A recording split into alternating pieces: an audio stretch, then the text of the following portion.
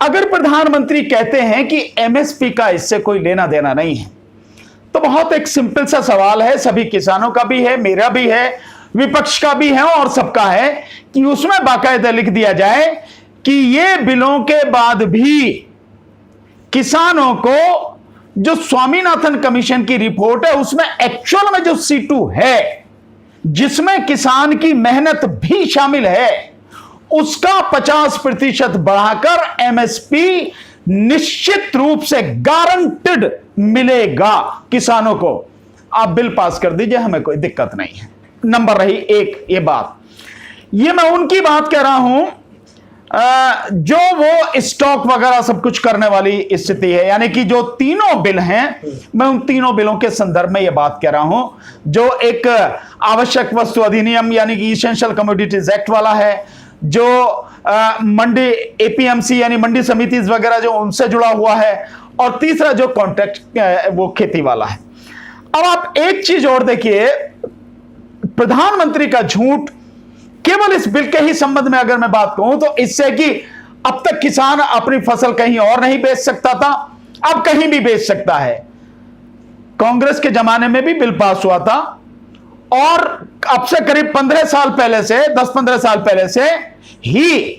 किसान अगर चाहे तो देश के किसी भी हिस्से में अपनी उपज बेच सकता है जाए। अब दूसरी बात यह है,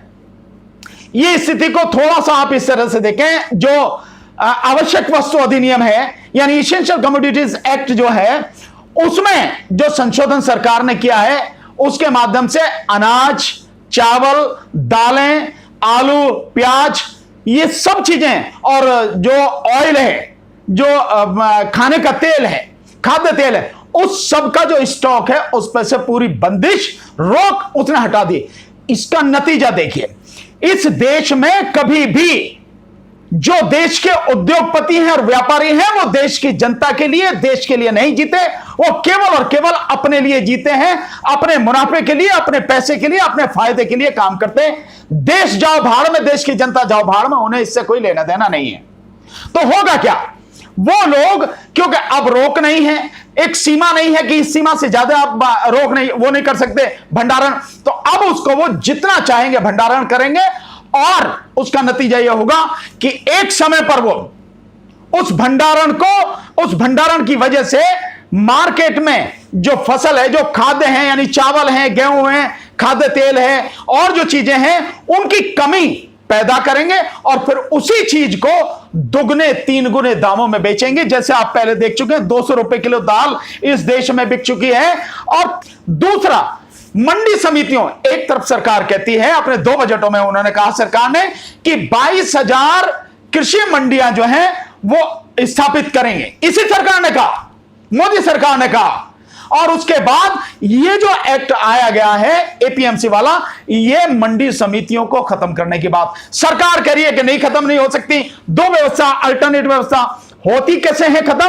कि जब आप एक तरफ मंडी समिति है जिसमें कुछ टैक्स लगता है 5 या 6%, जिसमें कुछ और वो उनका किराया वगैरह कुछ होता है वो, और उस मंडी समिति के बाहर आपने एक ऐसा व्यक्ति जो उनको दे दिया जिसके पास में केवल पैन कार्ड है, वो खरीद सकता है अनाज, चाहे जितना खरीद सकता है। वो होंगे कौन, वो बड़े बड़े उद्योगपति और पूंजीपति जो है वही होंगे, वो खरीदेंगे। जब मंडी समिति खत्म हो जाएगी उसके बाद में वो जिस कीमत पर चाहेंगे सरकार से, उससे किसान से खरीदेंगे। किसान की मजबूरी हो जाएगी क्योंकि वो रोक नहीं सकता, उसे पैसा चाहिए, तो जिस कीमत पर वो कहेगा उसे बेचना पड़ेगा। तो 2 एक्ट इस तरह से हो गए। अब रहा तीसरा एक्ट। जो तीसरा एक्ट है वो इतना खतरनाक है कि जो